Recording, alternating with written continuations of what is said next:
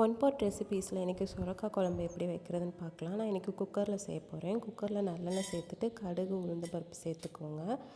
அப்புறமா சீரகம் சேர்த்துக்கிறேன். வெந்தயம் கொஞ்சம் சேர்ந்துட்டு எல்லாம் நல்லா பொரிஞ்சு வந்ததுக்கப்புறம் கொஞ்சமாக பெருங்காயத்தூள் சேர்த்துக்கோங்க. இப்போ கொஞ்சமாக கருவேப்பிலை சேர்த்துட்டு பச்சை மிளகா ஒன்று சேர்த்துக்கோங்க. அப்புறம் கொஞ்சம் சின்ன வெங்காயம் கொஞ்சம் பூண்டு சேர்த்து வதக்கி விட்டுக்கோங்க. அடுத்ததாக நான் தக்காளி சேர்த்துக்க போகிறேன். நான் ஒரு 4 தக்காளி எடுத்துருக்கேன்.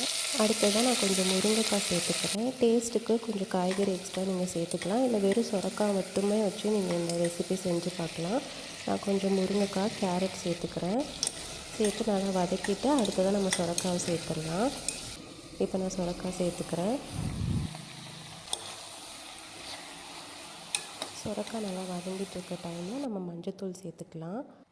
அடுத்ததாக நான் 2 ஸ்பூன் மல்லிப்பொடி சேர்த்துக்க போகிறேன். மல்லித்தூள் 2 ஸ்பூனு. அடுத்ததாக மிளகாத்தூள் 1 ஸ்பூன் சேர்த்துக்கோங்க. உங்கள் காரத்துக்கு ஏற்ற மாதிரி சேர்த்துக்கோங்க. நான் 3/4 ஸ்பூன் கிட்ட சேர்த்துருக்கேன். நல்லா வதக்கி விட்டுட்டு உப்பு சேர்த்து நல்லா மிக்ஸ் பண்ணி விட்டுருங்க. இப்போ இந்த குழம்புக்கு பருப்பு சேர்த்துக்கலாம். இந்த கரண்டியில் நான் 2 கரண்டி பாசிப்பருப்பு சேர்த்துக்கிறேன். 1 கரண்டி துவரம்பருப்பு, அதே மாதிரி 1 கரண்டி கடலைப்பருப்பு சேர்த்துக்க போகிறேன். 3 பருப்பு சேர்த்து செஞ்சு பாருங்கள், நல்லா டேஸ்ட்டாக இருக்கும். இப்போ நல்லா பருப்பை கழுவிட்டு நம்ம இந்த குழம்புல சேர்த்துக்கலாம்.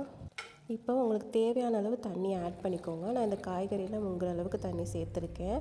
இதுவே கரெக்டாக இருக்கும் பருப்புலாம் வெந்து வரதுக்கு. உங்களுக்கு நல்ல குழம்பு தண்ணியாக வேணும்னா இன்னும் கொஞ்சம் நீங்கள் தண்ணி ஆட் பண்ணிக்கலாம். இப்போ நான் கொஞ்சமாக சோயா பீன்ஸ் சேர்த்துக்கிறேன். இதெல்லாம் ஆப்ஷனல் தான். நீங்கள் வெறும் சுரக்காய் மட்டும் கூட நீங்கள் வச்சு செஞ்சுக்கலாம்.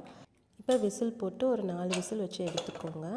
அடுத்ததாக ஒரு ஜாரில் தேங்காய் ஒரு சில் சேர்த்துருக்கேன். ஒரு 10 மிளகு, சீரகம் கொஞ்சமாக சோம்பு சேர்த்துக்கோங்க. சேர்த்து நல்லா அரைச்சி எடுத்துக்கோங்க. இப்போ 4 விசில் வந்துருச்சு. நம்ம ஓப்பன் பண்ணி பார்த்துடலாம். இப்போ நல்லா மிக்ஸ் பண்ணி விட்டுட்டு நம்ம அரைச்சிட்டு வந்து அந்த தேங்காய் பேஸ்ட்டை இதில் சேர்க்க போகிறோம். நான் 4 விசில் வச்சு எடுத்திருக்கேன். உங்கள் குக்கரில் எப்படின்றத பார்த்து நீங்கள் விசில் வச்சு எடுத்துக்கோங்க. இப்போ இந்த தேங்காய் மிக்சரை சேர்த்துக்கலாம். சேர்த்துட்டு நல்லா மிக்ஸ் பண்ணிக்கோங்க. கொஞ்சமாக கறி மசால் பொடி சேர்த்துக்கிறேன். சேர்த்துட்டு ஒரு 5 நிமிஷம் நல்லா ஸ்லோவில் வச்சு கொதிக்க விடுங்க. டேஸ்ட் நல்லாயிருக்கும்.